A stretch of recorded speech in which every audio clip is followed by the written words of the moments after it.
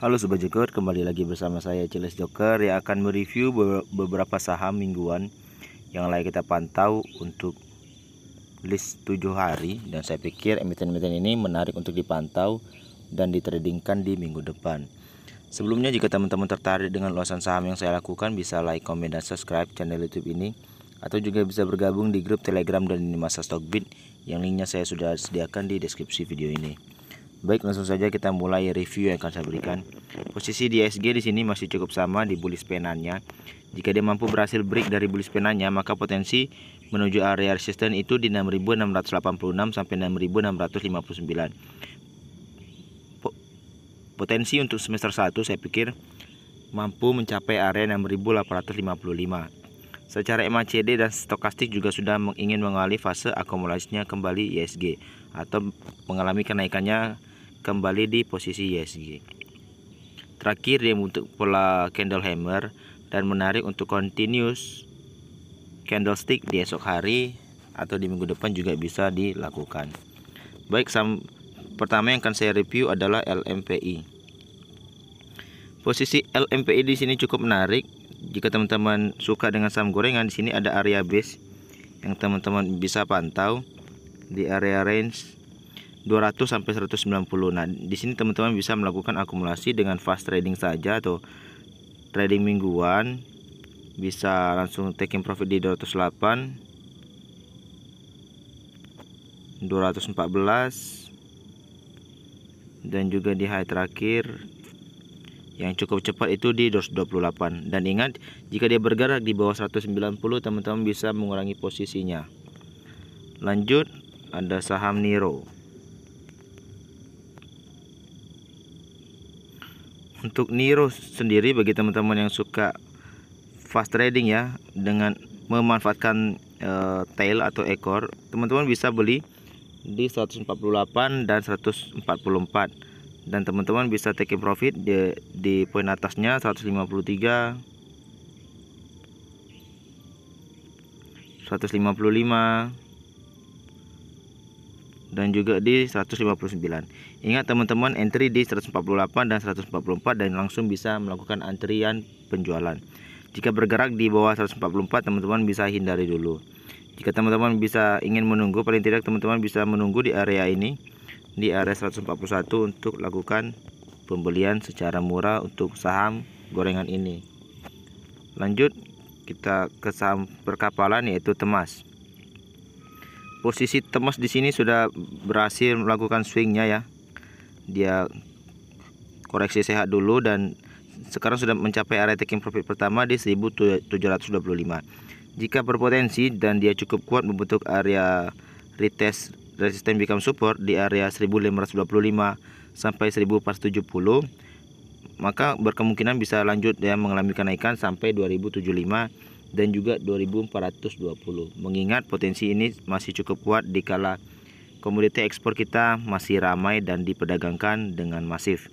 Secara MACD dan stokastik juga sudah mengawali fase akumulasinya. Selanjutnya kita akan berbicara saham persawitan. Di sini ada TAPG. Jika teman-teman lihat, TAPG di sini akan mencoba break dari downtrendnya ya.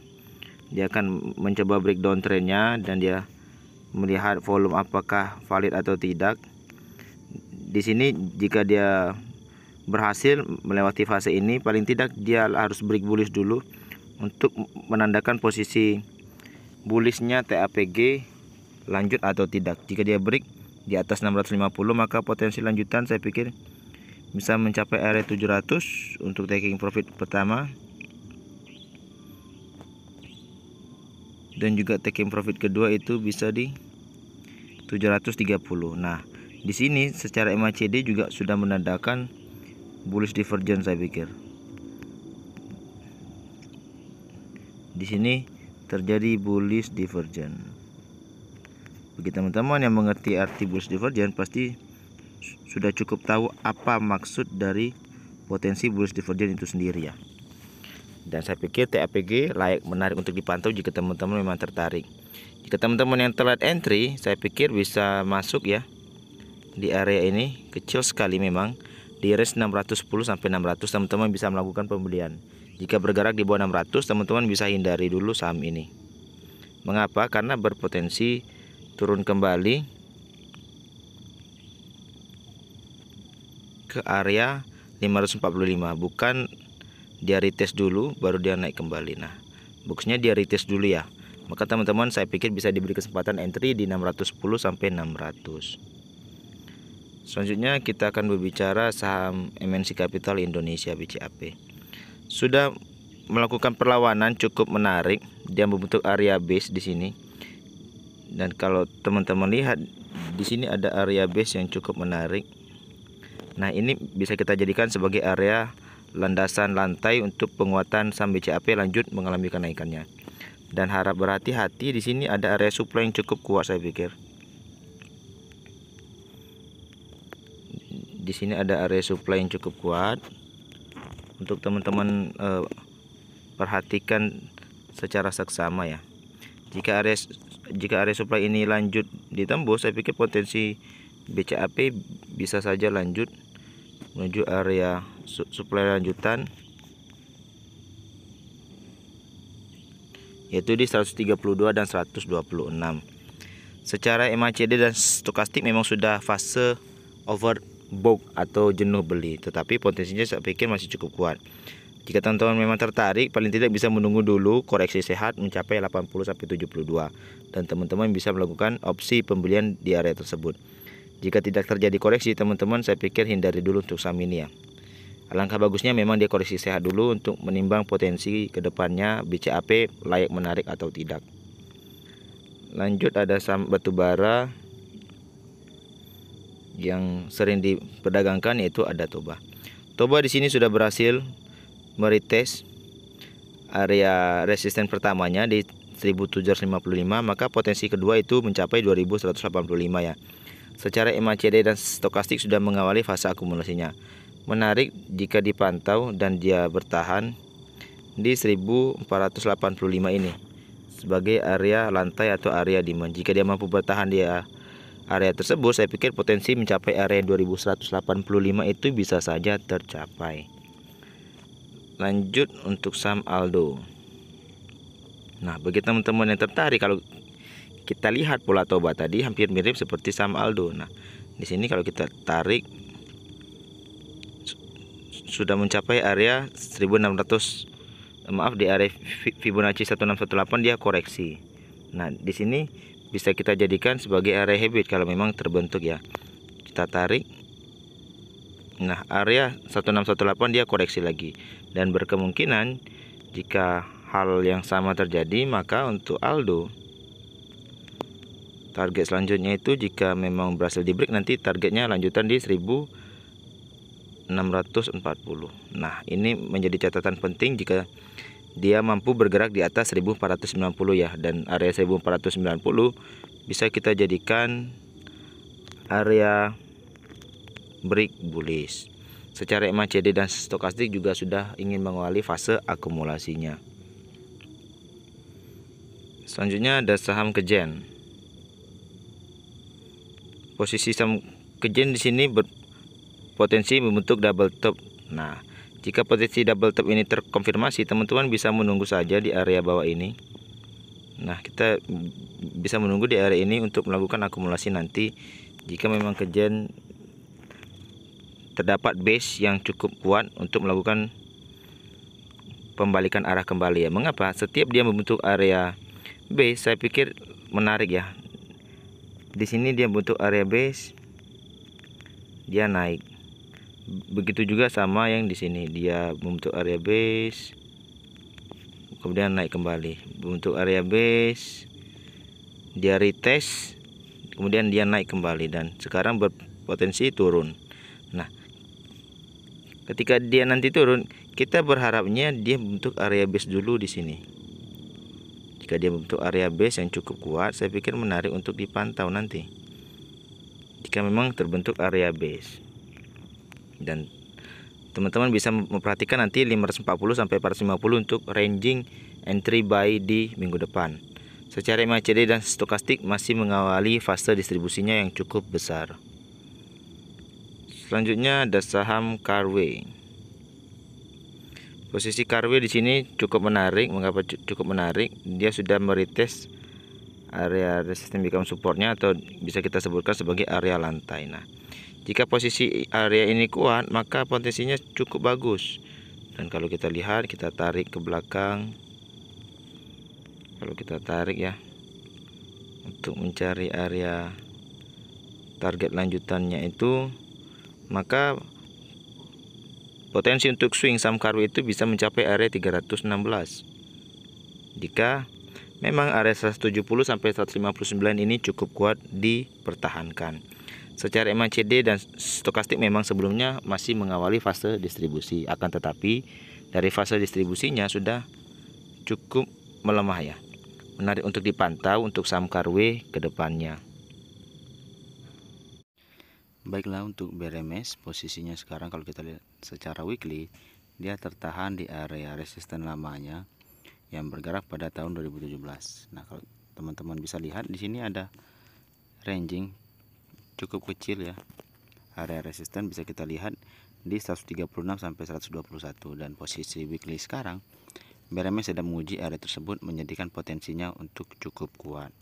Kalau kita lihat dari chart daily, dia sudah berhasil melewati area 136 sampai 121 tadi. Apabila bertahan, saya pikir cukup menarik untuk melihat potensi dari BRMS. Dan kalau kita coba tarik secara Fibonacci, maka target lanjutan sudah melewati area 133, lanjutnya di 153 dan 174. Secara MACD dan stokastik juga sudah mengawali fase akumulasinya. Lanjut kita akan ke saham batubara lain, yaitu MITI. Posisi MITI juga cukup sama, sudah berhasil membentuk pola double bottom ya. Maka target kenaikan menurut saya bisa mencapai posisi 378. Posisinya jika 378 ini kuat, paling tidak dia akan bisa sampai di area high selanjutnya. Di sini ada high terakhir, yaitu bergerak di range 396. Menarik untuk dipantau, apalagi jika dia membentuk area base ya di 244 dan 230 yang sebelumnya sudah terjadi. Dan mengingat posisi ini sudah cukup kuat, dan saya pikir potensi MITI menuju area target 378 masih bisa tercapai dengan posisi pattern yaitu double bottom. Selanjutnya ada saham Indika Energi. Posisi saham Indika Energi ini sudah berhasil tutup gap sebelumnya ya. Targetnya saya pikir bisa mencapai area 2870 dengan potensi break bullish. Saya pikir di 2145 dengan upgrade posisi break bullishnya juga di 2335. Mengapa 2335? Karena di sini ada bentuk area supply.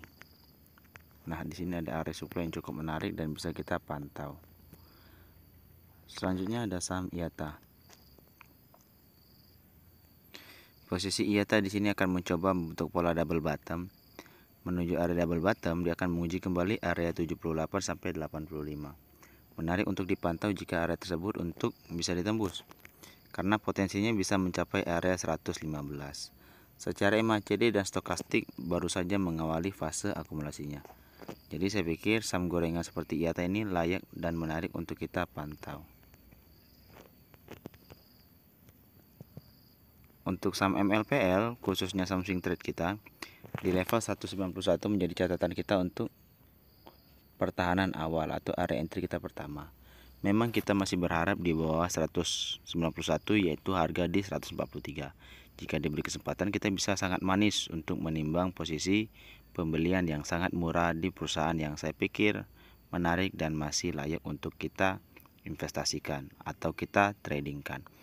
Potensinya jika dia mampu nanti minggu depan melewati area 238, paling tidak bisa mencapai area 324 untuk target pertama. Secara MACD dan stokastik sudah mulai mengawali fase akumulasinya.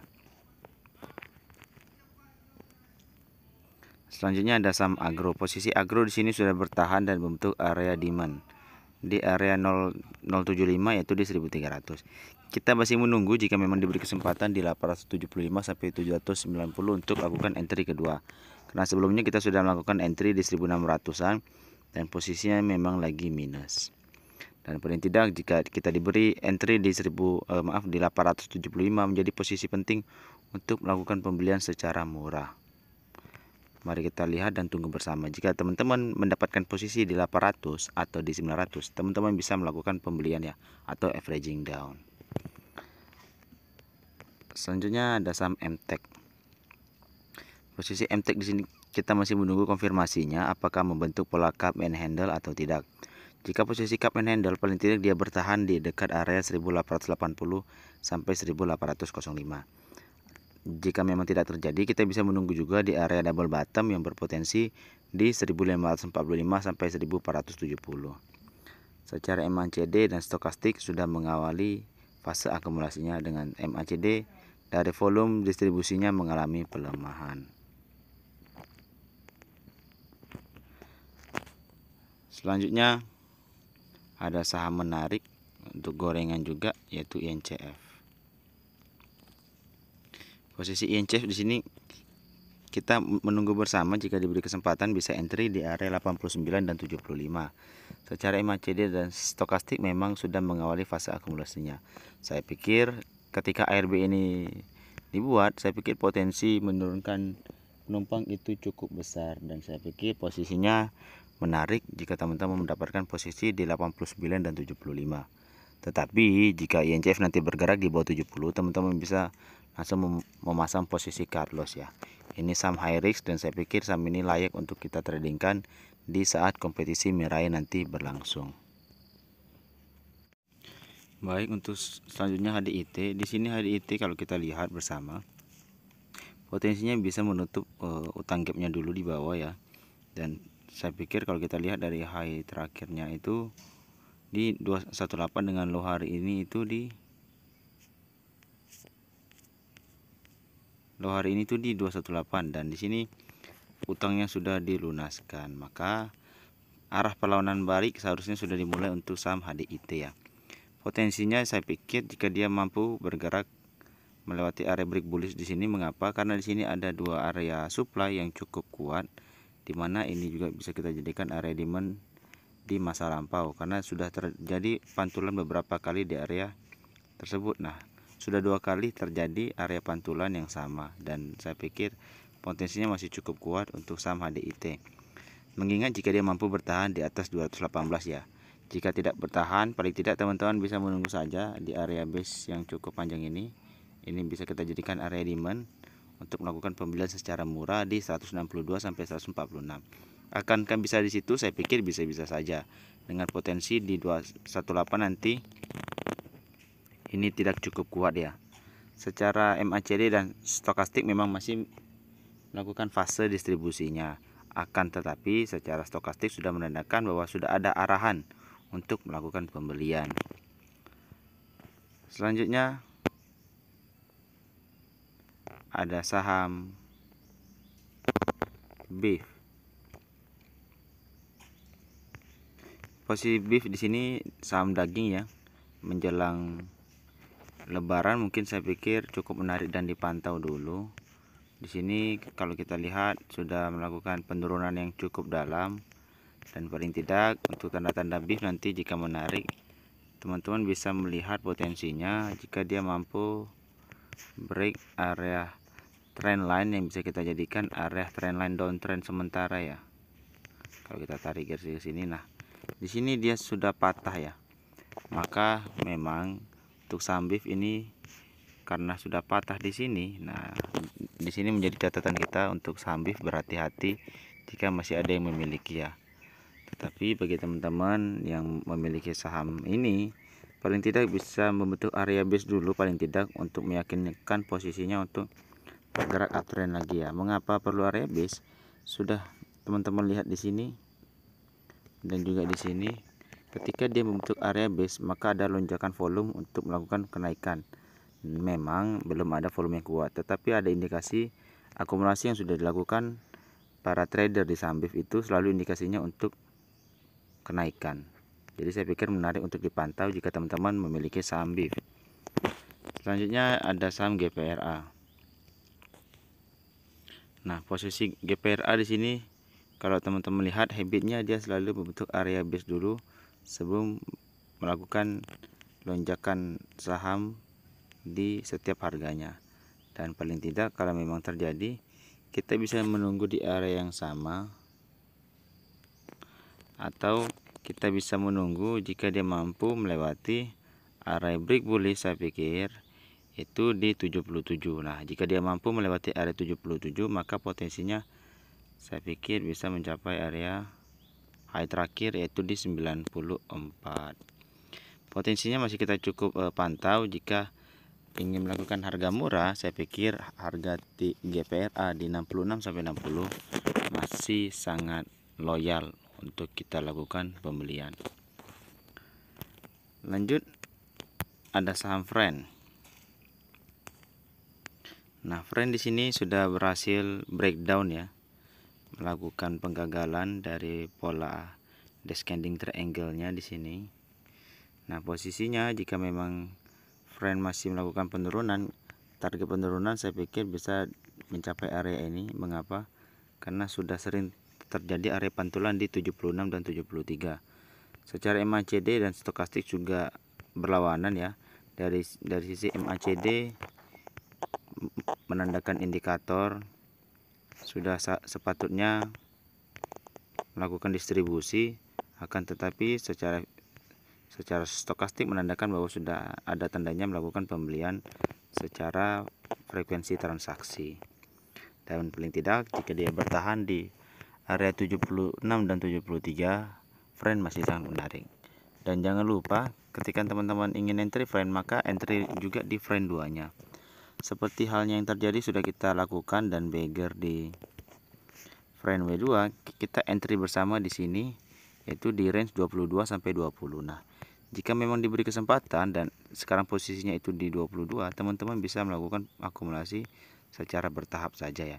Karena waktu di tahun lalu di bulan Oktober itu diberi 2 kali entry saja. Nah, sekarang sudah terus dikasih entry beberapa kali, hari Jumat, hari Kamis, dan hari Rabu. Nah, di situ kita memanfaatkan posisi ya, jika teman-teman memang tertarik untuk saham Warren Friend. Dan paling tidak menjadi kabar indahnya jika dia mampu break ke atas posisi ini, saya pikir sangat menarik untuk saham Friend W2 untuk melakukan lonjakan. Paling tidak batasan kenaikan awal yaitu di 31, dan target kedua yaitu adalah beggar di Friend W2. Secara MACD dan stokastik sudah mengawali ingin fase akumulasi. Jadi saya pikir teman-teman jangan ketinggalan untuk saham Friend W2. Baik, selanjutnya untuk ESA di sini sudah ingin mencoba proses swing low-nya ya. Mengapa proses swing low saya katakan di sini hampir mirip. Nah, ketika dia berhasil break, maka potensinya cukup kuat terjadi. Maka saya pikir untuk ESA juga bisa juga menjadi kejadian yang sama. Paling tidak jika dia berhasil break dari proses downtrendnya yang cukup singkat, maka angka-angka kunci yang bisa menjadi perhatian untuk saham ESA selanjutnya ada di 538, 574 dengan potensi swing saya pikir bisa mencapai area 664. Nah, bagi teman-teman yang tertarik paling tidak bisa memperhatikan posisi ini menjadi area base yang cukup penting dan cukup kuat juga untuk saham ESA yang bergerak di range harga 468 sampai 434. Secara MACD juga sudah ingin mengawali fase akumulasinya dengan tren distribusi mengalami pengurangan yang cukup signifikan. Saya pikir ESA selanjutnya akan mengalami peningkatan harga yang cukup bagus. Baik, selanjutnya ada saham swing kita, perbankan yang sebelumnya sudah kita beli dan melakukan penjualan secara bersama. Nah, di sini sesuai dengan skenario dia masih belum menyentuh dan bertahan di atas 2390 sampai 2270 menjadi potensi untuk saham BNK atau Bank Aladin. Jika dia mampu bergerak di area tersebut dan cukup bertahan, maka skenario kita melakukan rencana trading entry 2360, cut loss di 2260 dengan potensi profit di 2820 sudah bisa kita lakukan. Tetapi masih adanya ketidakjelasan untuk saham Bank Aladin ini, apakah mampu bertahan di area kuning atau area supply yang sudah kita buatkan. Jika belum area tersebut tersentuh, saya pikir teman-teman bisa hindari dulu untuk saham ini ya. Tetapi ketika dia sudah masuk dan bertahan membentuk area base yang cukup bagus dengan volume yang juga menarik, saya pikir kita bisa entry secara bertahap di saham BANK. Lanjut ada saham DART.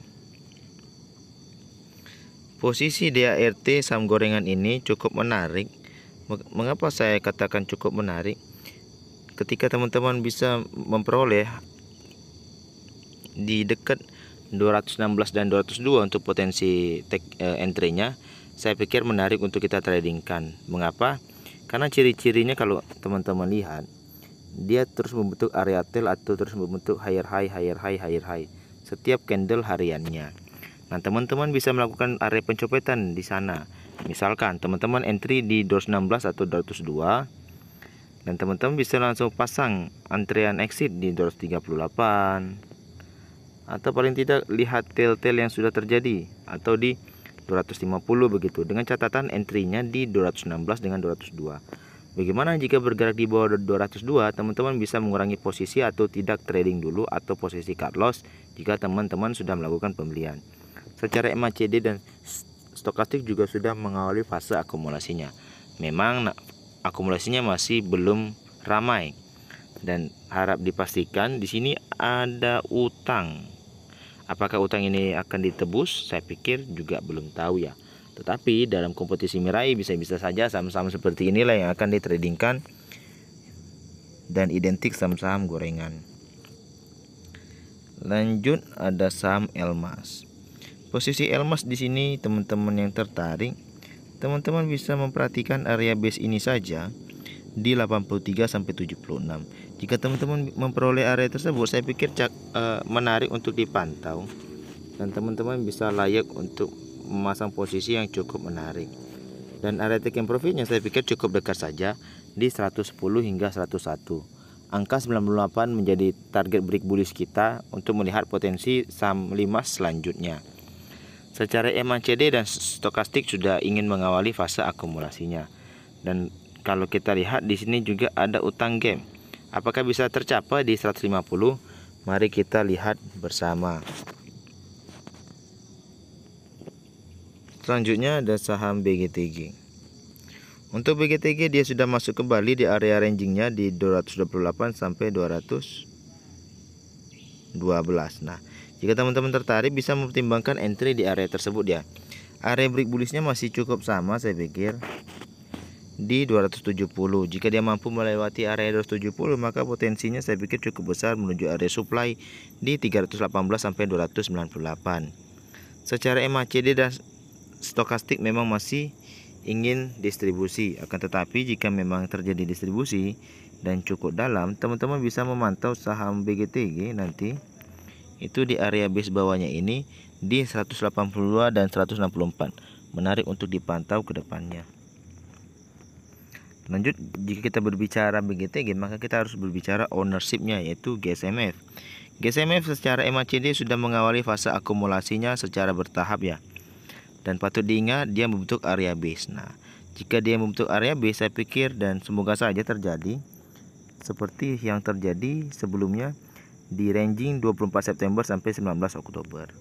Jika memang terjadi maka potensinya saya pikir tidak muluk-muluk dulu. Paling tidak di atas 141 dia berhasil break bullish. Target selanjutnya dia menuju area 201 untuk menutup gap pertengahan di saham GSMF, atau juga langsung bisa menyusul 242 area penutupan gap yang sangat signifikan bisa saja terjadi dan terwujudkan ya.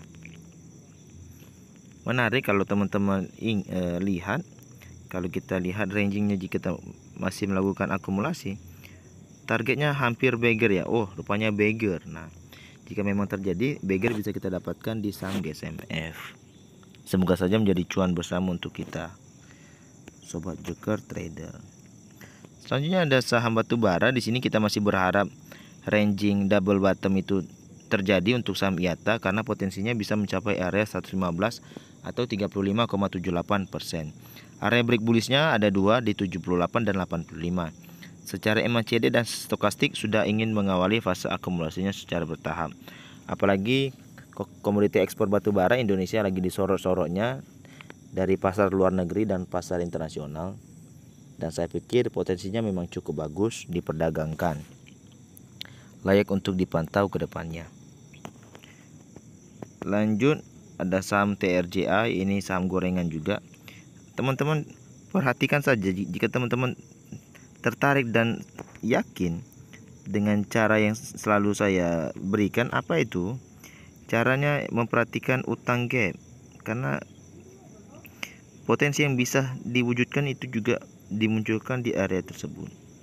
Dan kalau kita lihat, ketika dia membentuk area koreksi, maka gapnya bisa dijadikan area break bullish, seperti yang terjadi di tanggal 26 November itu berhasil ditutup area gapnya, dan ini bisa kita katakan sebagai area break bullish dan menjadi area demand yang cukup kuat juga. Mengapa cukup kuat? Karena sudah terdapat 2-3 candle posisi demand ya.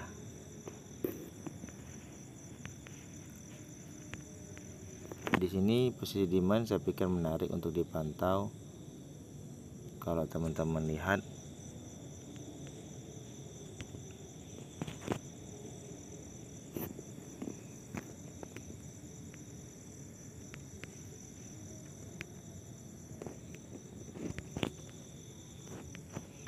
sebentar,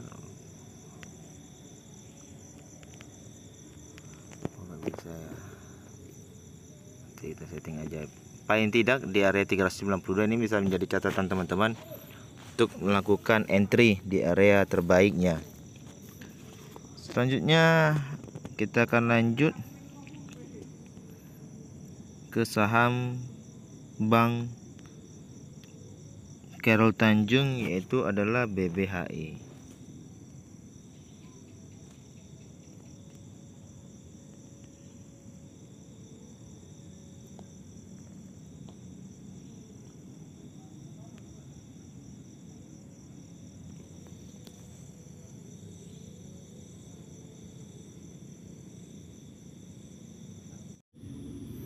Oke, selanjutnya untuk saham BBHI, posisi di sini kita masih menunggu jika memang diberi kesempatan untuk entry di 4.575 sampai 4.350. Sahamnya masih cukup menarik saya pikir, dan potensinya cukup kuat. Tetapi kalau kita lihat dari MACD dan stokastik masih mengawali fase distribusinya, dan fase distribusinya juga mengalami cenderung masih cukup pelan. Kita masih berharap jika distribusinya langsung kuat, kita bisa pastikan dan bisa mencoba juga untuk entry di 4.575 sampai 4.350. Dan saham BBHI di sini saya pikir bisa saja menjadi opsi kita untuk lanjut di saham swing. Selanjutnya ada saham SDPC. Saham SDPC di sini adalah saham gorengan, masih cara yang sama. Jika teman-teman tertarik bisa memperhatikan area 139 sampai 135 untuk entry. Jika bergerak di bawah 135 teman-teman bisa hindari dulu, dan teman-teman bisa memanfaatkan tail panjang atau high panjang ini untuk fast trading. Paling tidak bisa teman-teman hold sahamnya 1 minggu. Dan opsi-opsi yang saya pikir bisa menjadi perhatian kita jika teman-teman entry di 139 dan 135, teman-teman bisa melihat posisinya untuk exit di 147, 150 dan 153. Selanjutnya ada saham BKDP. Posisi BKDP di sini cukup menarik dan layak dipantau. Jika teman-teman ingat, di sini ada area base pertama dan di sini area base kedua.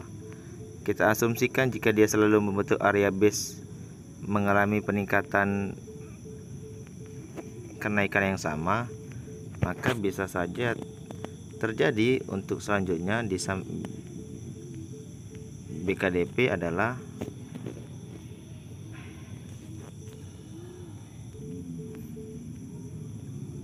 di 56. Nah, kalau kita pindahkan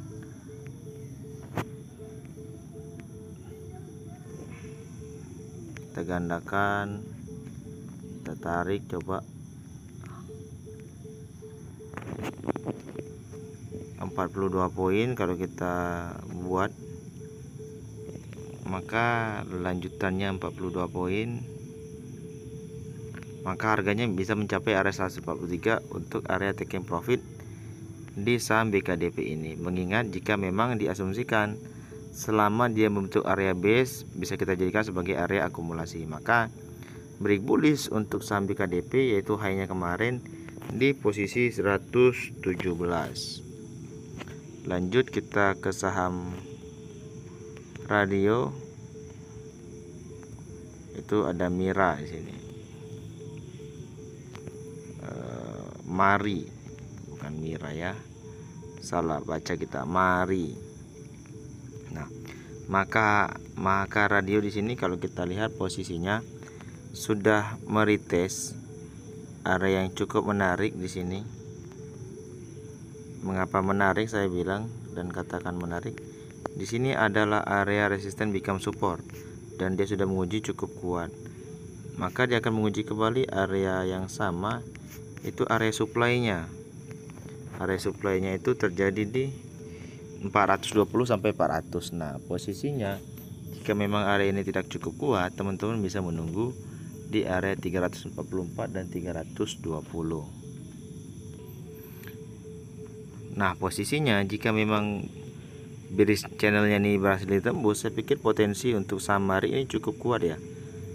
Di sini bisa kita letakkan sebagai area resisten pertama untuk area taking profitnya, dan area supply yang terjadi ini saya pikir cukup menarik ya. Area 420 sampai 400 ini bisa kita jadikan area potensi lanjutan. Maka kalau memang terjadi, maka kalau kita tarik secara Fibonacci, maka potensi-potensi yang akan dilewati area 410, 446, 482, 518 dan 592. Secara MACD dan stokastik seharusnya sudah mengawali fase akumulasi yang cukup kuat. Dan yang terakhir untuk emiten yang menarik juga yaitu ada Prim. Nah, Prim di sini jika teman-teman tertarik, teman-teman bisa memperhatikan area 318 dan 290 untuk entry. Potensinya saya pikir masih cukup sama mencapai area 486. Dikala pandemi Corona Omicron ini masih melanda negeri kita, saya pikir saham-saham rumah sakit juga layak dipantau ke depannya. Sekian dulu dengan ulasan saham yang saya lakukan. Jika teman-teman tertarik dengan ulasan saham minggu ini, bisa like, komen, dan subscribe channel YouTube ini untuk bisa bergabung di grup Telegram dan lini masa Stockbit yang linknya saya sudah sediakan di deskripsi video ini. Tinggal klik linknya saja dan teman-teman bisa bergabung di grup saya cuan bersama Sobat Joko Trader. Semoga review kali ini mampu memberikan cuan bersama untuk kita semua dan juga mampu memberikan kedewasaan pemula trader memilih saham-saham yang terbaik untuk ditradingkan. Saya ucapkan terima kasih.